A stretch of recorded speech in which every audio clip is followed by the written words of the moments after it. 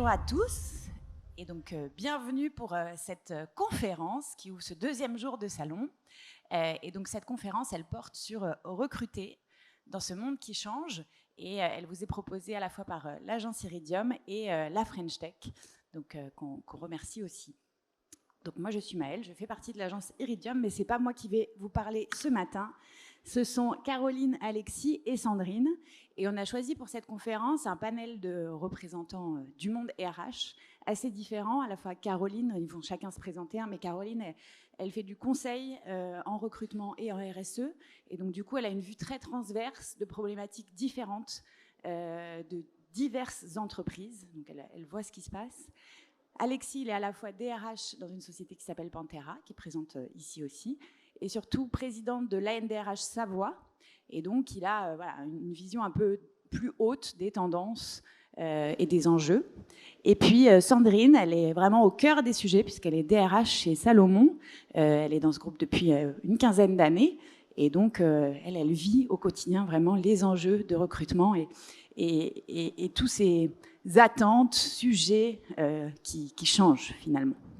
Donc merci beaucoup à tous les trois. On va commencer les questions si ça vous va. Et puis on part à peu près pour 1 heure de conférence. Il y aura un temps pour vos questions, donc n'hésitez pas à noter toutes les interrogations que vous pouvez avoir au fil de la conférence. On prendra un temps dédié pour ça. Donc Alexis, je te laisserai te représenter et puis on va commencer peut-être en posant le contexte. Qu'est-ce qui change dans ce monde finalement, toi, du point de vue de la NDRH? Est-ce que tu peux voir au niveau vraiment macro, au niveau du quotidien des entreprises, qu'est-ce qui change aujourd'hui dans le recrutement? Alors Alexis Bertel, je suis le DRH du groupe Pantera et président de la NDRH Savoie-Mont-Blanc, les deux Savoie et Haute-Savoie. J'aime bien démarrer avec ce qui se disait il y a 7-8 ans, 9 ans peut-être, où à l'époque, on nous annonçait que 85% des emplois de 2030 n'existaient pas. Alors comment est-ce que des gens disaient ça puisqu'on ne pouvait pas le savoir? Ils disaient autre chose.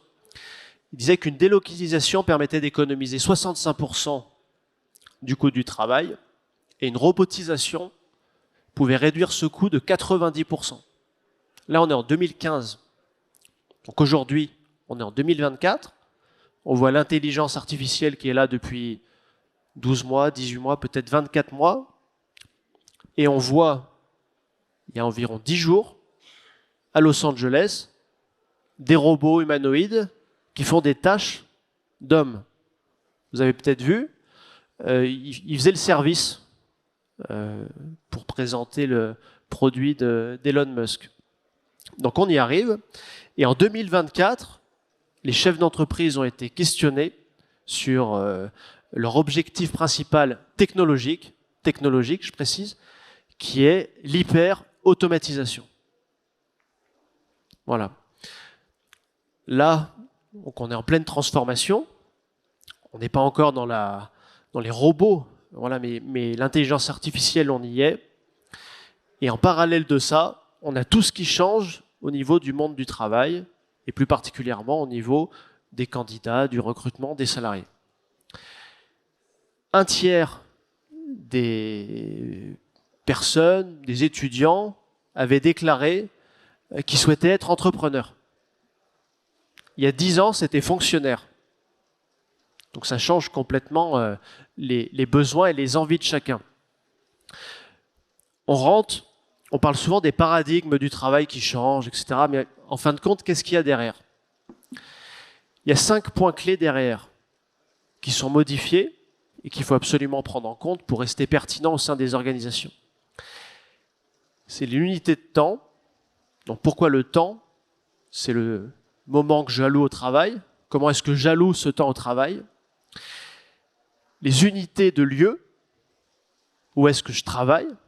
Est-ce que je travaille dans les locaux de l'entreprise? Est-ce que je travaille de chez moi? Est-ce que j'ai envie de travailler sur mon lieu de vacances? L'unité d'action.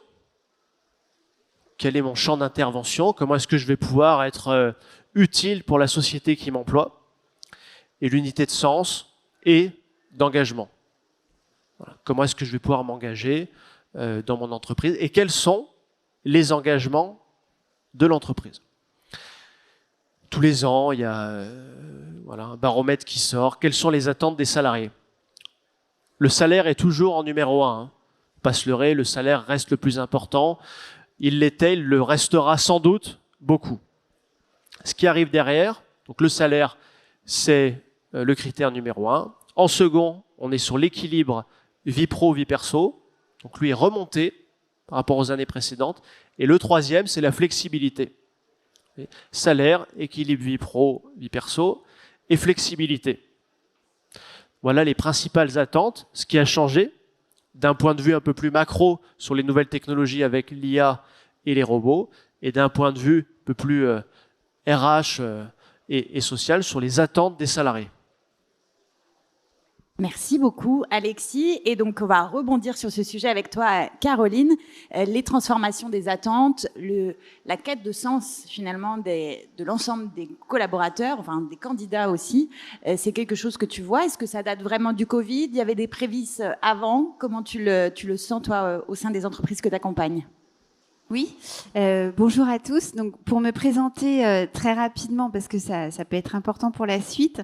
Donc, moi, je dirige Birdeo, un cabinet de recrutement et de conseil en RH spécialisé sur les thématiques RSE, ESG, développement durable, depuis 15 ans. Donc j'ai vraiment vu une évolution très très importante sur les sujets depuis 15 ans. Donc pour rebondir sur ce que tu dis, c'est vrai que ce qui reste le plus important avant tout, c'est le salaire. Ensuite, ça va être effectivement la flexibilité aussi. Mais une fois qu'il y a ça, il y a quand même un critère qui est vraiment essentiel qui arrive, c'est cette notion de quête de sens.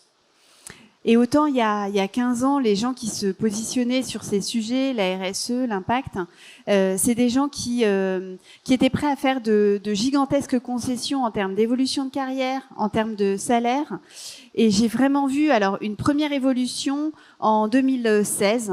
Donc 2016, c'était après les accords de Paris en 2015. Donc là, les financiers, notamment les fonds d'investissement, ont commencé à poser des questions à ces sujets. Donc on a vu une professionnalisation de ces métiers. Et là où j'ai vu vraiment une explosion, c'est en 2019, donc avant le Covid. Alors il y a eu plein d'événements cette année. Hein. Il y a eu les feux en Australie. Alors certes, depuis, on a eu énormément de drames, mais à l'époque, en tout cas, les feux en Australie, on les voyait depuis l'équivalent de la Lune, donc ça avait pas mal marqué les Français. Il y a eu la loi Pacte, donc la loi Pacte qui a instauré cette notion de société à mission. Il y a eu la marque C'est qui le patron ? Vous savez, le lait, le beurre, où on demande aux consommateurs de fixer un prix qui soit juste aussi pour les agriculteurs. Il y a eu le manifeste pour un réveil écologique.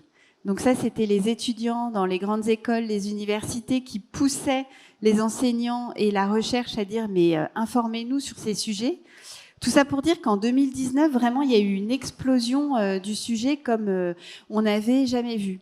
2020, le Covid. Bon, en général, nous, les spécialistes de la RSE, dès qu'il y avait une mini-crise, tout s'arrêtait pour nous. Là, pas du tout. Ça s'est maintenu, donc ça démontre quand même qu'il y avait quelque chose d'important sur le sujet.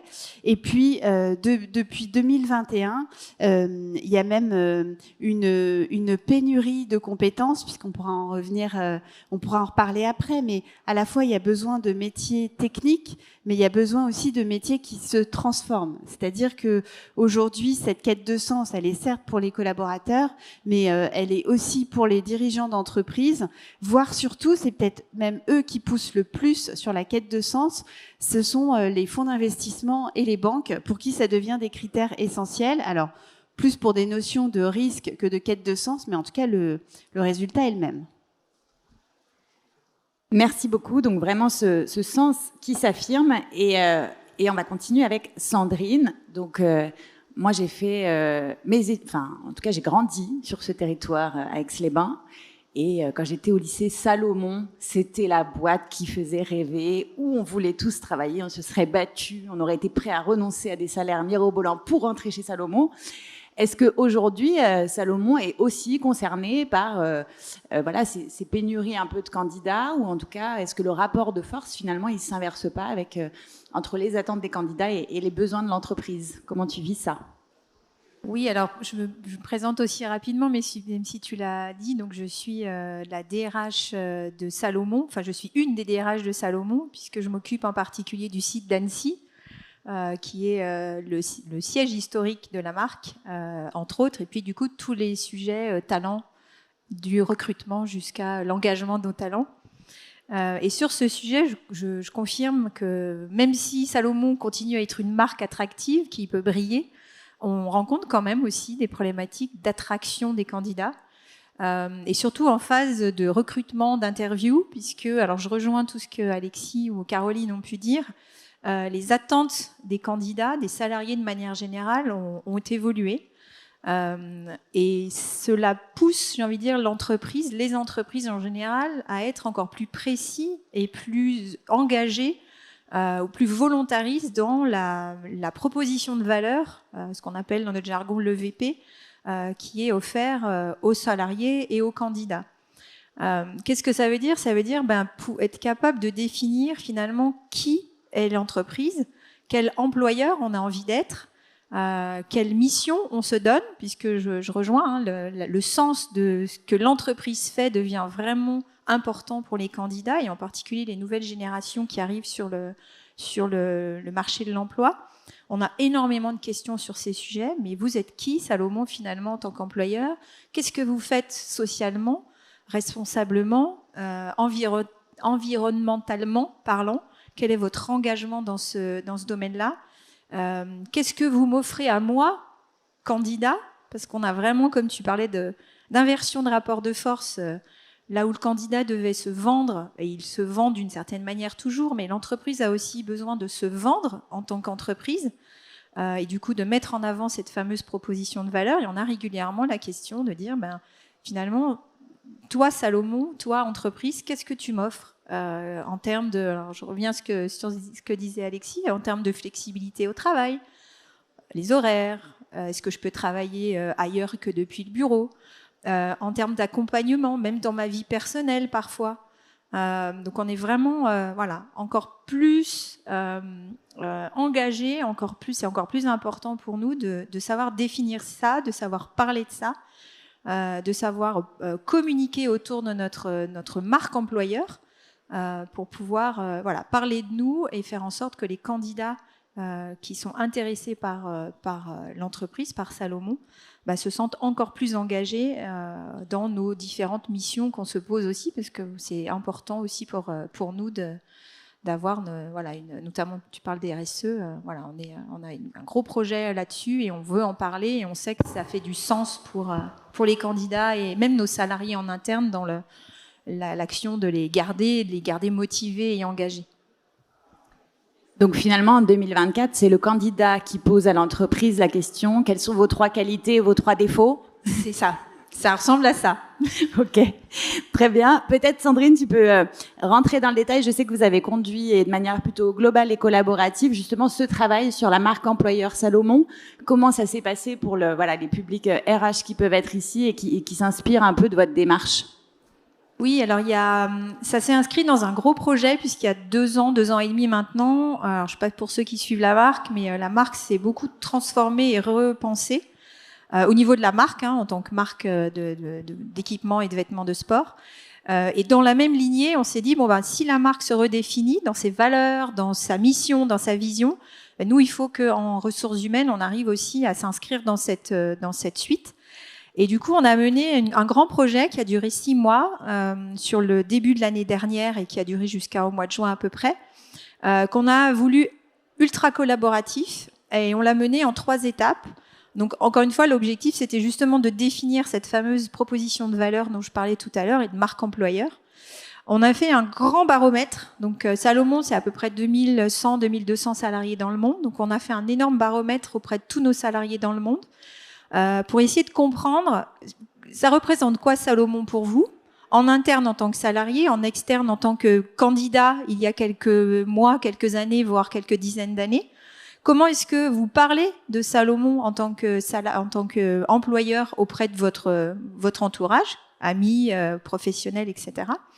On a analysé toute cette donnée avec un cabinet qui nous a accompagnés, qu'on a ensuite, en deuxième étape, travaillé un peu avec notre comité de direction, parce que les salariés, c'est important, mais le fait d'avoir le comité de direction engagé dans cette démarche, c'est tout aussi important. Donc, on a analysé toutes ces données avec le comité de direction. On a eu la chance d'avoir aussi des benchmarks externes, de partager avec d'autres grandes entreprises qui avaient fait ce travail-là. De faire un peu des benchmarks aussi culturels, parce qu'on s'est rendu compte que l'Asie n'avait pas les mêmes attentes que l'Amérique et encore moins que l'Europe. Et on en a tiré en fait 3 grands piliers pour se dire si on doit parler de Salomon en extérieur, si on doit se différencier de nos concurrents ou des autres entreprises, quels seraient les 3 piliers sur lesquels on aimerait travailler et communiquer en extérieur et en interne. Et ensuite, une fois qu'on a défini ces 3 piliers, on a une 3e phase, retour vers les salariés pour les faire réagir. Et là, on a organisé ce qu'on a appelé un hackathon. Donc, ça a été un grand événement qui s'est déroulé sur 2 jours en multiplex, où on a, pour ces 3 piliers de notre nouvelle EVP, fait travailler des groupes de salariés qui se sont portés volontaires, et encore une fois, venant de tout pays. Et on a organisé des groupes de travail sur des thèmes qu'on avait commencé à définir en fonction des retours qu'on avait eus dans la grande enquête et le grand baromètre qu'on avait lancé quelques mois auparavant. On a eu 12 équipes d'à peu près 8-10 salariés, un peu répartis dans le monde entier, qui ont travaillé sur des thèmes. On leur a donné une demi-journée, enfin 2 demi-journées pour travailler ces thèmes, essayer de trouver des solutions, essayer de trouver des propositions d'action, des propositions de projet. On leur a demandé ensuite de préparer un pitch de 5 minutes qu'ils pouvaient organiser comme ils voulaient, classiquement PowerPoint ou avec des animations. Certains sont même venus avec des objets. Ça a été assez impressionnant, la créativité qu'ils ont donnée. Donc ils ont pitché, nos 12 groupes ont pitché leur projet, leur proposition de projet auprès d'un jury qui était composé essentiellement du comité de direction. Et ensuite, ce comité de direction a fait une sélection et on avait prévu de récompenser 3 des meilleurs projets. On avait un certain nombre de critères de sélection, que ce soit l'innovation, que ce soit lié à la RSE, que ce soit actionnable, et qu'on puisse le mettre rapidement en place dans l'entreprise. Et du coup, à la fin de ces 2 journées, on a fait une cérémonie de remise, alors un peu à la sportif, comme on est des sportifs, avec un podium, avec des coupes et avec des petits goodies à la clé. Et surtout, la récompense, c'était de dire, si le comité de direction a choisi de récompenser ces 3 projets, c'est qu'on veut les mettre en place dans l'entreprise. Et on a mis en place, ou on est en train de mettre en place ces projets dans l'entreprise. Et ce qui était aussi intéressant, c'est que les 9 autres projets, même s'ils n'avaient pas gagné, ou en tout cas n'étaient pas sur le podium, on les a tous répartis dans les différents secteurs de l'entreprise, parce que, encore une fois, tout n'était pas lié aux ressources humaines. Parce que la marque employeur, ce n'est pas qu'une affaire de ressources humaines, c'est une affaire d'entreprise et c'est un vrai engagement de la part du comité de direction. Donc tous les projets aujourd'hui ont été ou sont en train d'être travaillés, mis en place.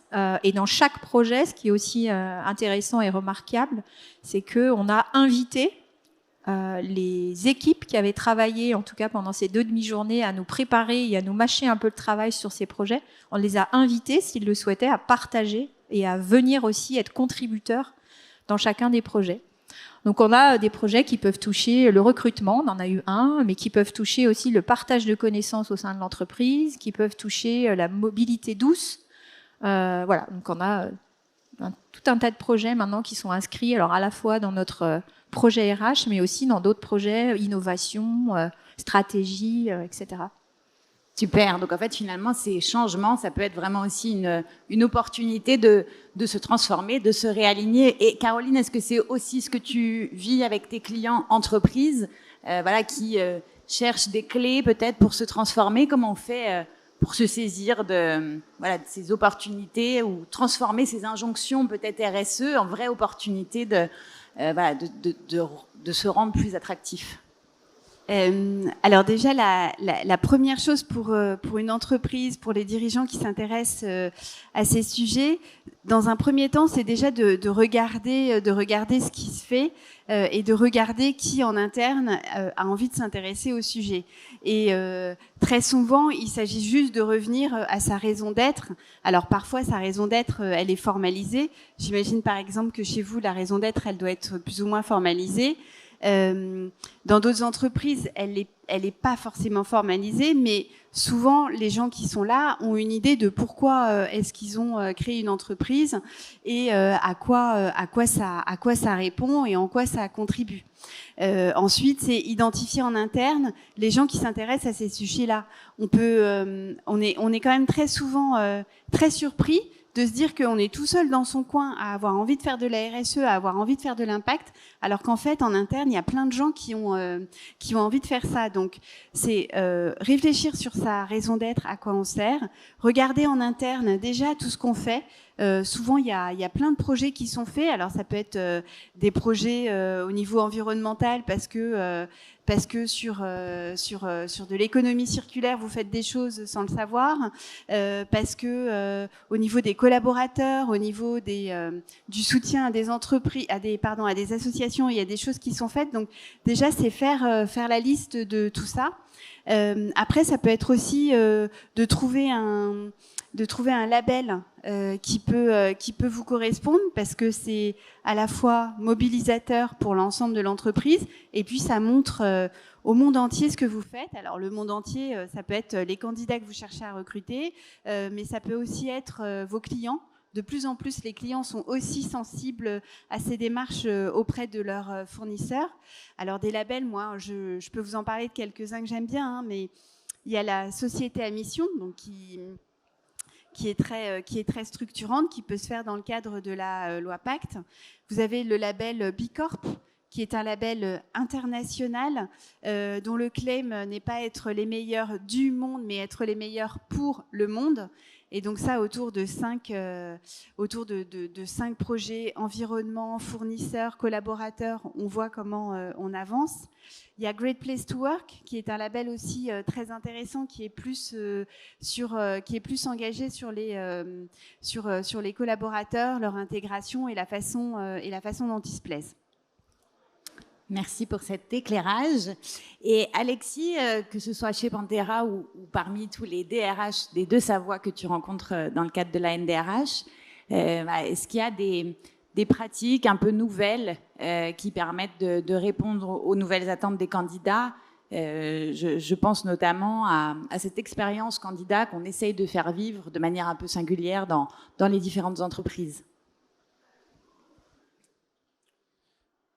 Je vais faire un petit préambule avant et après je parlerai de l'expérience candidat. Tout le monde connaît Mario? J'imagine que oui. Tout le monde connaît Super Mario Party? J'imagine que vous aussi. Des universitaires ont fait des études pour avoir un petit peu un ressenti sur l'impact que l'intelligence artificielle allait avoir sur le collectif. Donc ils ont pris des personnes individuellement et ils les ont fait jouer à Super Mario Party, seuls. Ils ont obtenu un résultat qu'ils ont comparé avec l'IA, qui a elle aussi joué seule. L'IA sur le jeu était meilleure que la personne qui jouait. Ensuite, ils ont fait faire jouer des binômes, des vrais binômes, hein, 2 hommes ensemble. Et ensuite, ils ont fait jouer un homme avec une IA en binôme. Les performances les meilleures étaient les 2 hommes ensemble. Donc on arrive au même constat que le télétravail, c'est-à-dire que ça ne diminue pas la performance individuelle, au contraire, ça l'améliore. Par contre, la performance collective, elle est entachée. En fin de compte, ça réduit la motivation, l'effort et la confiance. C'est surtout la conclusion de cette enquête. Donc derrière, on parle d'expérience candidat, on parle d'IA, d'outils IA qui viennent se greffer à tout ça. L'IA, c'est très bien, surtout dans le recrutement. Il y a plein de tâches qui ne sont pas forcément complexes, qui peuvent être simplifiées, qui peuvent être faites directement par l'IA. Ça peut améliorer les process, ça peut diminuer les coûts, ça peut éventuellement proposer de nouveaux produits, de nouveaux services. Mais attention à ne jamais oublier le candidat.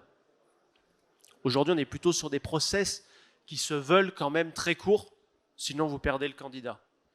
C'est fini le modèle à 1 entretien, 2 entretiens, 3 entretiens, 4 entretiens, 5 entretiens. Après le 5e entretien, on fait revenir une 6e fois le candidat parce qu'on n'est pas sûr. Ça, c'est fini, vous perdez le candidat. D'une part, ça renvoie une très mauvaise image de l'entreprise et d'autre part, il pourra être parti. Alors Alexis, c'est formidable que tu le dises, mais malheureusement, moi j'ai encore beaucoup de clients qui font 5 entretiens et puis on va faire le 6e et puis tout le monde n'est pas dispo. Je sais. C'est pour ça qu'il faut cesser, comme chez vous, au moins, il faut cesser ce genre de pratique. Ça renvoie une image d'organisation sclérosée où les décisions sont compliquées à prendre et aucun candidat n'a envie de travailler dans une organisation sclérosée et où il n'y a pas de décision de prise. Donc ça, c'est important de pouvoir être attentif à tout ça. Et dans un monde justement où l'IA, elle va pouvoir automatiser, elle va pouvoir faire un certain nombre de choses, il y a une attention aussi qu'on voit de plus en plus sur le savoir-être. Et finalement, c'est peut-être un des critères de recrutement qui devient prédominant, où on fait le pari de se dire je vais recruter quelqu'un qui va être aligné, qui va avoir les bonnes valeurs, le bon comportement pour mon entreprise, même si elle n'a pas toutes les compétences, peut-être que l'IA pourra en combler certaines, et puis peut-être que je pourrais la former, donc ça réouvre là aussi, ça permet d'amener de la variété, et finalement plus de candidats aussi. Alexis, c'est quelque chose que tu vois? Pareil, un autre indicateur qui est important d'avoir en tête, il y a 40 ans, la compétence technique durait environ 30 ans. Voilà. Aujourd'hui, elle peine à arriver à 2 ans. Donc on est sur une obsolescence des compétences qui est quand même ultra rapide, d'où l'importance de ne plus recruter sur des compétences techniques pures et dures. J'entends, ça, c'est pas pour tous les métiers, on est d'accord, mais si on généralise, il faut mieux ne pas s'arrêter sur les compétences techniques et faire un focus sur les compétences comportementales, les soft skills, les savoir-être, on les appelle comme on veut, mais c'est ces compétences qui feront la carrière du candidat et sa progression. C'est très concret, hein. Les soft skills, c'est quoi? C'est la curiosité, c'est la capacité d'apprentissage et la capacité d'adaptation.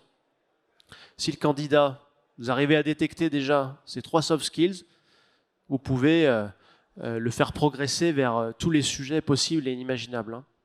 Vous avez vu, en introduction, j'ai dit qu'il y avait 85% des métiers qu'on ne connaissait pas forcément en 2030, on peut dire 2035, 2040. Si on ne les connaît pas, il va falloir des gens qui sont en capacité de s'adapter, d'apprendre et d'être curieux sur les nouveautés. Comment ça se traduit concrètement? Parce que vous auriez pu soupirer en me disant il est malin, mais comment est-ce qu'on fait pour évaluer les candidats? Voilà, surtout souvent la question qu'on se pose. Quelques outils qui peuvent faire d'ailleurs office pour plusieurs thématiques. La cooptation. Pourquoi la cooptation? Parce que un salarié que vous avez déjà dans votre organisation va vous recommander une autre personne. Elle ne va pas forcément le faire par rapport à ses compétences techniques, mais plutôt à la façon dont elle se comporte, et surtout à la façon dont elle la connaît. Je sais comment elle est, elle fait ci, elle fait ça. Le recrutement circulaire, ça peut aussi servir pour avoir une base de CV, et ne pas forcément faire un focus sur les expériences et les compétences. Les mises en situation. Voilà, donc là c'est des rôles que vous pouvez donner directement en entretien sans faire un focus sur les compétences techniques qui sont demandées sur le poste. Et dernière chose, c'est le recrutement par simulation, qui pareil ne correspond pas forcément à tous les secteurs d'activité, mais qui peut être un outil pour détecter ces fameux soft skills. Merci pour cet éclairage et on va continuer sur ce sujet-là. Sandrine, Salomon, l'année dernière, c'était 260 recrutements en dehors des stages et des apprentis. Ça fait beaucoup. Vous avez été aussi une entreprise qui faisait 4, 5 entretiens pour tout le monde, y compris les stagiaires. Ça nous arrive encore, Voilà. malheureusement. Pas sur tous les postes, heureusement. Mais... Et vous vous êtes dit, non, ça c'est plus possible. On ne peut pas faire le même process de recrutement pour tous les collaborateurs et tous les postes, et dans tous les pays. Et à l'occasion de cette refonte de process de recrutement, vous êtes aussi penché sur la question du savoir-être, comment on l'évalue, et voilà, comment on définit ça. Exactement, c'est vrai que, alors je rejoins, nous avons été, et on est encore pour certains postes, l'entreprise qui propose 4, 5, voire 6 entretiens. Mais effectivement, l'année dernière, on s'est réellement posé cette question parce qu'on a une forte dynamique de recrutement en ce moment, un peu partout dans le monde, sur des profils extrêmement différents. Donc on peut recruter aussi bien un directeur R&D, un technicien design ou un employé dans un magasin. Et on s'est dit, on ne peut pas continuer à appliquer le même processus de recrutement, on ne peut pas continuer à appliquer la même expérience de recrutement à tous ces différents profils. Donc on a lancé également un projet là-dessus et on est en train justement, enfin on a déjà commencé, mais on est en train de finaliser de nouveaux modes opératoires, en tout cas de nouveaux process de recrutement différenciés par type d'emploi, parfois pays aussi, parce qu'il y a aussi la culture qui rentre en jeu, avec vraiment l'intention de dire il y a certains métiers, certains postes. Alors je prends l'exemple du vendeur en magasin. On ne peut pas lui faire passer 5 entretiens, c'est pas possible. Un entretien par le responsable du magasin devrait suffire. Donc c'est comment est-ce qu'on équipe le responsable du magasin pour faire cet exercice, à la fois en outils, à la fois en comment je mène mon entretien, comment je peux sélectionner en tout cas déjà les CV que je reçois. Donc on a travaillé énormément, en tout cas comme on a une forte dynamique de développement sur nos magasins, on a énormément travaillé ce mode opératoire-là. On a aussi un nouveau mode opératoire pour tout ce qui est, on appelle les tech and pro, donc les techniciens, les ingénieurs, etc., pour qui on a besoin d'un peu plus de temps. À la fois en études techniques, enfin voilà, comme tu disais, on est amené aussi à faire des mises en situation pour certains postes, mais surtout pour permettre à la fois une évaluation technique par souvent le manager et comportementale souvent par la partie RH. Et puis on a un troisième, voire même un quatrième processus que j'oublie parfois, mais le troisième c'est les apprentis, les stagiaires, c'est pareil, on a encore une autre manière de les recruter, voire même de les onboarder. Et puis, bien sûr, vous imaginez bien, quand on recrute des directeurs ou nos dirigeants, c'est encore un troisième processus. Donc, on a vraiment mis l'accent là-dessus, de dire qu'il faut absolument qu'on ait des processus différenciés et en même temps pour une expérience différenciante aussi pour les salariés. Et dans le processus de recrutement, on s'est équipé d'un modèle pour l'évaluation des comportements, parce que évaluer la partie technique, on ne va pas dire que c'est facile, mais en tout cas le manager a priori est capable de faire ça avec différents outils. Ce qui est plus difficile, et je rejoins aujourd'hui, c'est même encore plus important aujourd'hui, c'est mais est-ce que la personne qu'on recrute va correspondre à notre culture, va avoir cet état d'esprit de développement continu, va avoir cet état d'esprit ou cette capacité à potentiellement demain être utilisatrice de l'IA, en tout cas intégrer l'IA dans son quotidien, etc., etc. Et du coup, on a défini un certain nombre de comportements. On a fait une grille de comportements, alors qui sont liés à nos valeurs, liés à notre notre proposition de valeur. On a essayé de faire mailler tout ça. Et on est allé jusqu'à les décrire. Donc, on a fait plusieurs ateliers avec certains managers et aussi un consultant extérieur pour dire, voilà les 8 comportements, ou en tout cas les 8 compétences comportementales qu'on souhaite évaluer. Alors, pas systématiquement les 8 pour tous les postes, mais en tout cas, c'est les 8 qui nous semblent les plus importantes pour nous, Salomon. On en a fait une description avec même des niveaux en disant l'innovation, par exemple, parce que c'est quelqu'un de la capacité d'innover chez nous, c'est très important. Quel serait le niveau 1 de ça? Et on l'a décrit formellement avec quelques exemples, niveau 2, niveau 3. Et on est même allé jusqu'à dire comment est-ce qu'on accompagne le manager, même nos RH, sur comment on évalue ça en entretien. Et on est même allé jusqu'à faire des propositions de questions, dire pour tel comportement, quelles questions vous pourriez poser pour évaluer le niveau 1, le niveau 2, le niveau 3. Et ça permet après d'avoir une grille de lecture un petit peu plus objectivée, même si c'est toujours compliqué d'objectiver l'évaluation d'un comportement. Mais en tout cas, ça nous aide. Et on a également, alors on l'utilise pas systématiquement, mais on peut, si on veut, également utiliser des tests psychotechniques pour confirmer, mais c'est plus une aide à la confirmation, une aide à la décision quand on décide de faire passer ces tests. Donc ça a énormément aidé nos managers. Donc il y a eu de la formation aux managers, il y a eu de la formation au HR. Et ça permet d'être un petit peu plus pertinent dans les recrutements qu'on peut faire. Parce que on le voit, il y a une des raisons aussi pour laquelle les candidats parfois ne restent pas, c'est qu'en termes de culture, ça marche pas. Voilà, et ça fait lien avec ce que je disais tout à l'heure, être clair dans qui on est et comment est-ce qu'on se vend en tant qu'employeur et s'assurer que les candidats qu'on accueille, au-delà de leurs compétences techniques, aussi seront bien et se sentiront bien dans cette culture qu'on promeut. Et ça permet quand même aussi d'élargir, je crois, le vivier de candidats, parce que sur certains métiers, notamment sur les cadres, et en particulier dans la région, on est quand même sur des tensions de recrutement, on a du mal à trouver des candidats. Caroline, tu me disais, l'IA, en fait, nous, aujourd'hui, le sujet, c'est pas tant d'automatiser et de gagner du temps, c'est de sortir les rames pour aller trouver les bonnes personnes. Et pour ça, il faut de la créativité. C'est pas que l'IA, en tout cas, c'est pas l'IA qui nous l'amènera. Oui, alors peut-être pour revenir sur l'IA et sur la capacité à recruter, moi je dirais que le grand intérêt de l'intelligence artificielle, c'est quand même que ça peut faire tout un tas de choses qu'on n'a absolument pas du tout envie de faire. Et notamment, je vois la RSE, l'impact, qui sont des outils, qui sont des métiers formidables. L'intégration de la RSE, quand on fait du marketing, de la vente, de la finance, c'est formidable. Le gros challenge aujourd'hui qu'on a sur la RSE et le ESG, c'est la collecte de la data. Et donc, c'est le reporting. Et ça, c'est quand même globalement des métiers qui n'attirent absolument pas et de moins en moins.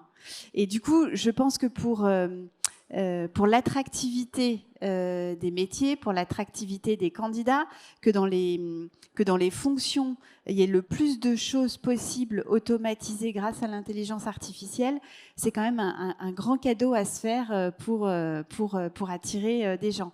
Et après, effectivement, c'est de toute façon pas l'IA qui va résoudre la pénurie des cadres qu'il peut y avoir en France et puis ici en particulier. Donc là, nous, ce qu'on propose, c'est plus aussi d'ouvrir l'état d'esprit de nos clients, par exemple sur les statuts. Donc on a cette tradition du CDI, donc du contrat à durée indéterminée, mais de plus en plus, notamment chez les moins jeunes, la possibilité de devenir freelance. Et notamment, nous, depuis... alors, là, pour le coup, le Covid a vraiment été une révélation. C'est que énormément de cadres qui étaient installés en région parisienne ont voulu retourner dans leur région. Et cette possibilité d'être freelance, ça leur permet de pouvoir continuer certaines missions en Île-de-France et puis d'autres dans leur région. Et nous, on a énormément de cadres qui ont été dans le marketing, dans la com, qui ont été dirigeants de PNL, qui aujourd'hui ont à la fois cette envie de s'ancrer ici en région, en même temps de donner du sens à ce qu'ils font. Et ce statut leur permet vraiment de choisir leur mission, leur emploi du temps. Et ça, alors c'est évident que pour ce genre de statut, il faut avoir les soft skills dont vous avez parlé, cette curiosité, cette capacité à s'adapter. Mais je dirais que ça leur impose, entre guillemets, de rester alerte. Et on parle souvent des jeunes qui veulent du sens, qui s'adaptent, etc. Moi, je crois aussi qu'à partir de 40, 50 ans, il y a aussi des gens formidables qui gardent cette flexibilité, qui s'impose de la garder et qui en plus ont toute cette expérience du passé qui peut être très valorisante et valorisée en entreprise. Donc ça impose aussi de la flexibilité de la part de l'entreprise. Ce ne sera pas nécessairement un recrutement pour la vie, pas nécessairement à temps plein. Et donc là aussi, c'est de bien jauger et mesurer le besoin. Et peut-être, tu veux rajouter quelque chose, Caroline ? Non, tu parlais de recrutement pour la vie. Enfin, je parle sous votre contrôle, mais il y en a de moins en moins de recrutement pour la vie en entreprise. Et c'est toute la beauté. Alexis, t'en vois encore des recrutements pour la vie à la NDRH chez Pantera? J'allais dire, c'est pas pour la vie comme les mariages. Tous les mariages, même avec l'entreprise, voilà, finissent par s'étioler. En tout cas, Alexis, pour revenir sur l'élargissement des viviers de candidats, toi, tu me disais, on voit aussi le recrutement et qui peut aller aussi de pair avec le freelancing, des gens qui sont partis, et en bons termes, et puis en fait, ils étaient quand même bien. Ils ont fait d'autres choses et ils veulent revenir parce que c'est une chouette boîte, parce qu'il y a des nouvelles opportunités. Donc, d'où l'importance de soigner les sorties. C'est ça, j'ai presque plus rien à rajouter. Le re-recrutement, ou on appelle ça aussi les salariés boomerang. C'est ces salariés qui sont partis et qui, en fin de compte, se disent « j'étais pas si mal », ou en tout cas les missions étaient bien, enfin, bref, et souhaitent revenir. En 3 ans, il y a quand même eu une augmentation de 36% de ce phénomène. Ça représentait en 2019 1,75% des salariés qui étaient partis. Donc très très peu, mais ça augmente très fort. Donc là, l'enjeu, c'est de soigner les sorties. On parle de quelles sorties? C'est les sorties en rupture conventionnelle et en démission principalement, parce que si vous avez licencié la personne pour faute grave, c'est que vous aviez des raisons et que normalement, vous n'êtes pas censé la reprendre. Bon. Mais voilà, c'est absolument indispensable de soigner les démissions. Et là, la clé du succès, c'est le manager.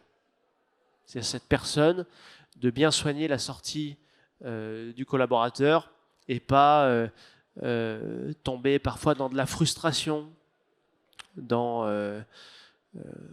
comment dirais-je, dans une certaine forme de trahison, où là, il y a beaucoup de managers qui se sentent trahis dès que quelqu'un de leur équipe démissionne, mais bon. C'est la vie des entreprises, c'est comme ça que ça se passe. Les gens démissionnent, trouvent un nouveau travail. Et donc, c'est impératif de soigner cette période pour au cas où, pourquoi pas, re-signer pour une nouvelle aventure d'ici 4, 6, 12, 18 mois. Donc, ça peut être un vivier de candidats, les gens qui partent. C'est bizarre de le formuler comme ça, mais c'est le cas. Donc, il faut absolument être attentif à ça. Et dans les viviers insoupçonnés, enfin, qu'on n'identifie pas toujours, c'est aussi les candidats à qui on a dit non.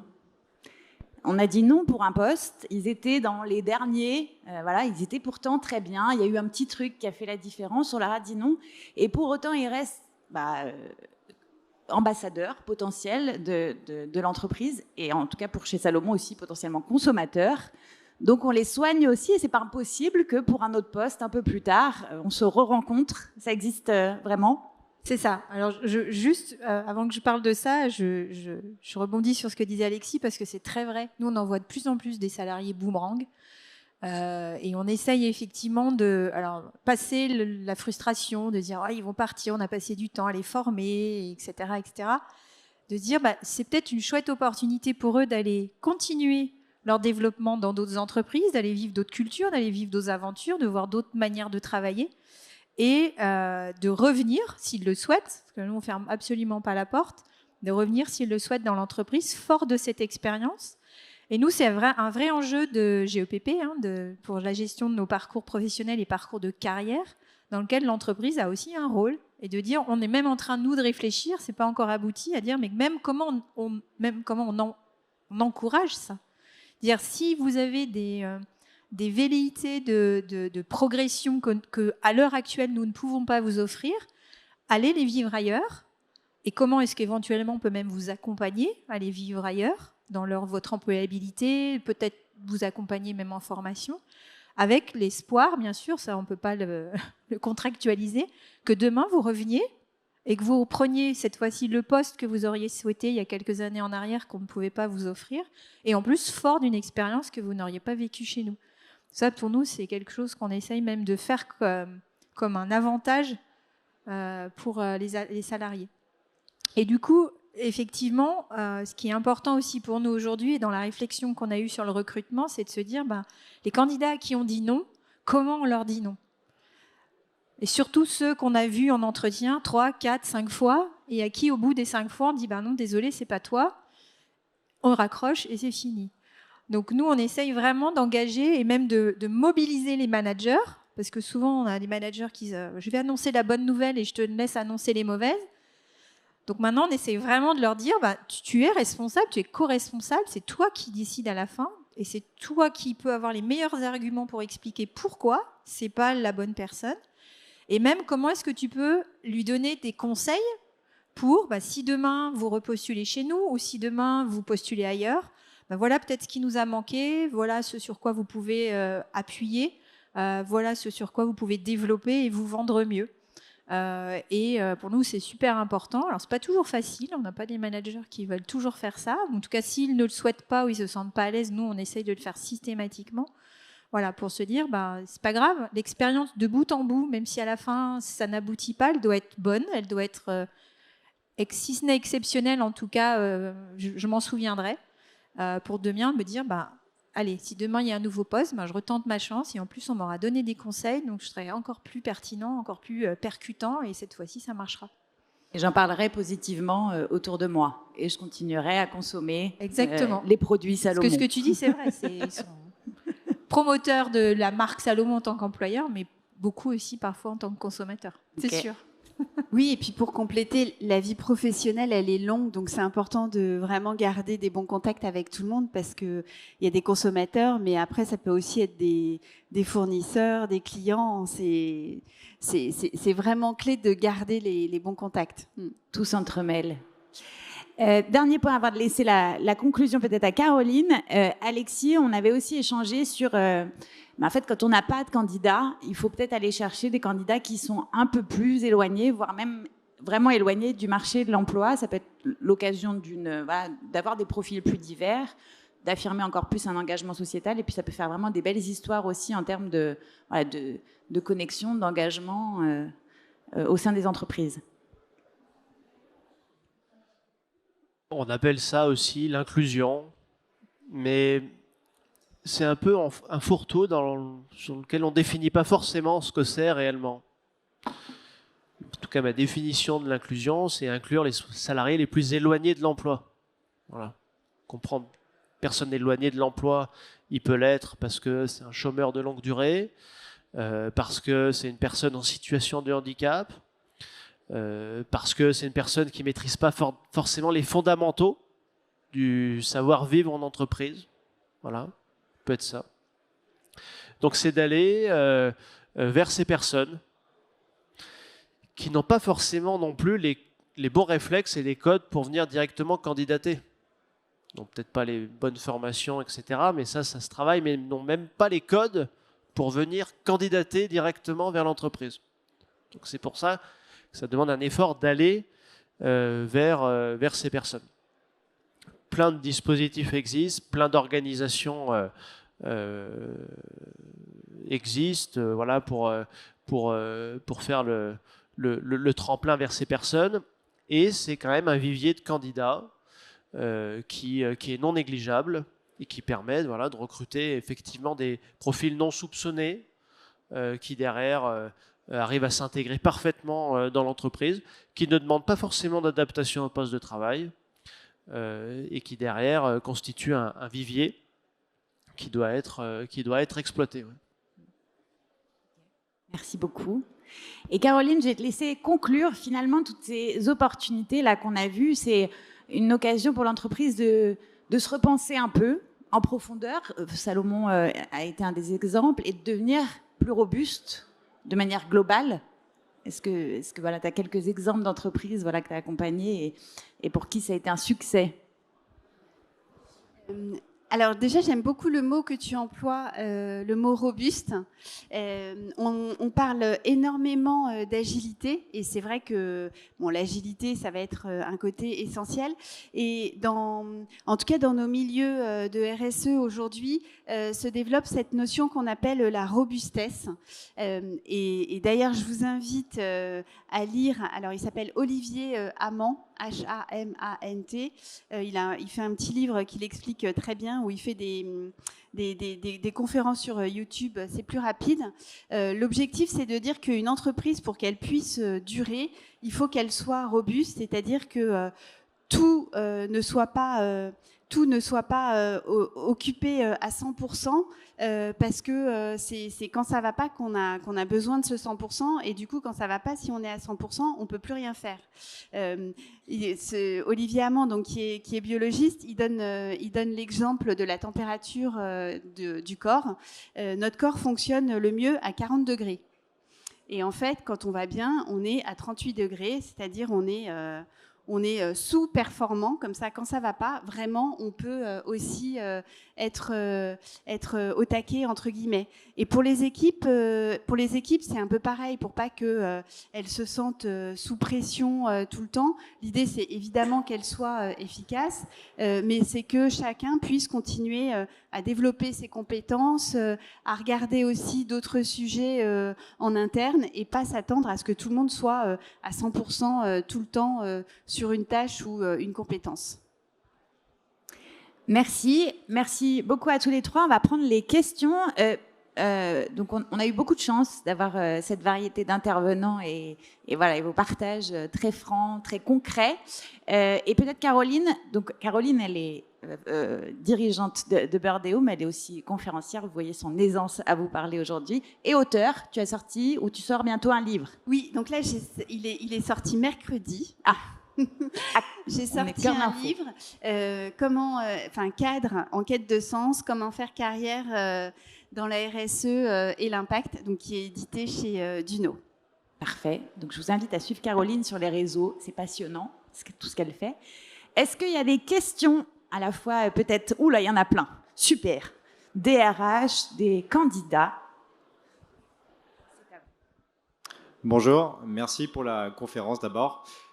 J'ai une question qui me vient par simple curiosité personnelle. C'est est-ce que vous avez constaté une différence de turnover avant et après Covid? L'aspect outdoor m'intéresse aussi particulièrement parce que je viens à peine de mettre un pied dans le monde du travail avec mon alternance dans ce domaine aussi. Moi, je peux donner la perspective Salomon. Alors, historiquement, en tout cas sur le site d'Annecy, on a toujours eu un turnover assez faible. Alors on peut dire que c'est bien, on peut dire que c'est pas bien. Je pense qu'il faut, de toute façon, pour avoir une entreprise qui se renouvelle, quand même un turnover sain.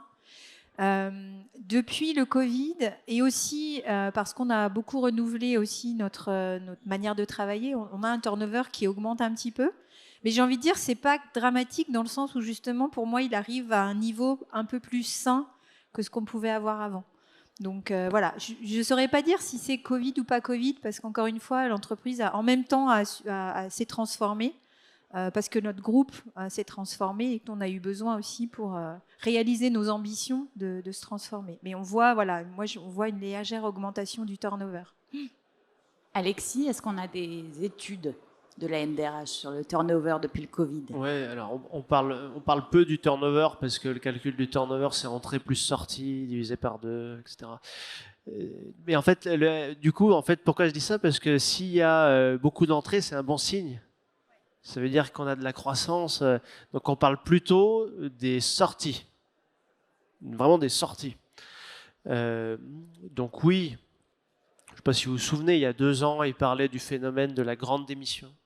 Bon, voilà. Ok, les gens partent. Bon. Mais pourquoi ils partent? je disais, il y en a beaucoup qui sont partis parce qu'ils ont compris qu'ils pouvaient faire de leurs compétences un business et donc se lancer dans l'entrepreneuriat et de vendre les compétences qu'ils avaient en prestation. Pourquoi ? Parce que derrière, c'est plus de flexibilité, je choisis mes horaires, je choisis mes clients, je choisis pratiquement tout. Voilà. Donc il y a eu beaucoup de personnes qui ont profité de ça, beaucoup aussi de déménagements. À l'époque, on en parlait, il y a eu des déménagements pendant le Covid, mais surtout après, qui ont contraint les gens derrière à démissionner et à trouver un autre emploi. Maintenant, j'ai l'impression que c'est plutôt stable. Voilà. Merci. Est-ce qu'il y a d'autres questions ? Bonjour et merci déjà pour votre intervention. Ma question était plutôt autour du premier contact avec l'entreprise, puisque moi j'accompagne des apprenants en situation de handicap éloignés de l'emploi et sortis du système scolaire. Et déjà, la première partie, c'est comment les formats de CV ou les informations qui doivent être précisées dans le CV vont attirer l'œil du recruteur et permettre du coup ce premier entretien avec vous. Je prends la question. Alors moi, si j'ai un conseil à donner, parce que c'est ce qu'on est amené à donner aussi quand on intervient auprès d'universités ou autres, ne faites pas un CV, faites-en plusieurs. J'ai envie de dire, pour moi, l'important, et si vous voulez vraiment attirer l'œil de l'entreprise, c'est bien comprendre le poste, la culture de l'entreprise sur laquelle vous voulez postuler, et d'essayer de modeler un peu votre CV en mettant justement en avant les compétences que vous avez, parce que vous l'avez développé dans des apprentissages ou dans des intérêts personnels, etc. Mettez-les en avant plus que les autres pour être sûr que voilà, l'œil et le regard du recruteur soient plus attirés. Après, dans le nouveau monde de l'intelligence artificielle, on voit aussi que les côté recruteur, on commence à utiliser un peu plus l'intelligence artificielle pour faire les premiers matching CV emploi qu'on publie, qu'on recrute. Et inversement, on a eu la chance avec Alexis d'avoir une petite conférence aussi IA à destination des RH, même aussi des intelligences artificielles qui peuvent aider aussi le candidat. Et du coup, c'est comment ces deux choses en parallèle font que le CV matche un peu plus avec l'emploi. Ça, c'est une phase. Après, il y a quand même bien une sélection et moi, je suis d'accord sur le fait que l'intelligence artificielle nous augmentera. J'ai beaucoup aimé le mot d'hier de la conférence. Nous serons des humains augmentés grâce à l'intelligence artificielle, mais nous resterons des humains et l'interaction humaine et l'échange qui se fera à la suite du CV, un CV ça fait pas tout, va être aussi super important. Donc il y a le matching CV, préparez-le bien, mettez en avant les compétences qui semblent importantes pour l'entreprise dans le poste ou le stage qui est proposé, et surtout préparez aussi bien l'entretien après, parce que c'est là où ça va se jouer finalement. Peut-être Caroline, est-ce que les mots-clés, ça reste encore important dans les CV du coup ? Les mots-clés, c'est essentiel. Nous, quand on accompagne des candidats dans leur recherche d'emploi, une des premières choses qu'on leur dit, c'est réfléchissez bien aux mots-clés que vous souhaitez mettre en avant. Et alors nous, sur les sujets RSE, impact, ESG, enfin rien que pour dire le mot, il m'en faut 3.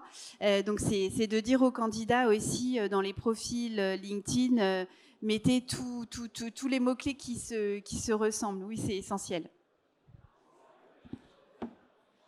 Bonjour, j'ai une question justement concernant l'IA et plutôt le métier de recruteur dans les entreprises, les HRBP, les hiring managers, etc.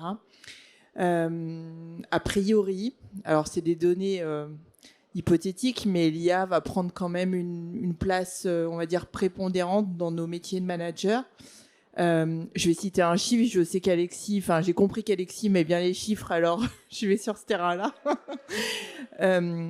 Meta, donc le groupe Facebook, WhatsApp, entre autres, a supprimé 85% des recruteurs dans leurs entreprises grâce, à cause de l'IA, je ne sais pas comment le formuler. Est-ce que cette avancée technologique, vous l'avez aussi intégrée, mine de rien, dans vos équipes RH en entreprise? Il faudrait presque creuser le truc. Est-ce qu'ils les ont licenciés, les gens, ou est-ce qu'ils leur font faire autre chose?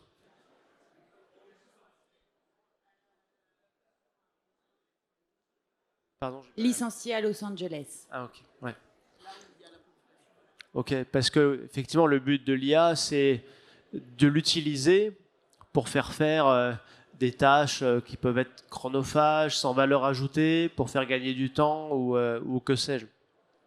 En entreprise, aujourd'hui, on est plus sur de la création d'IA entreprise.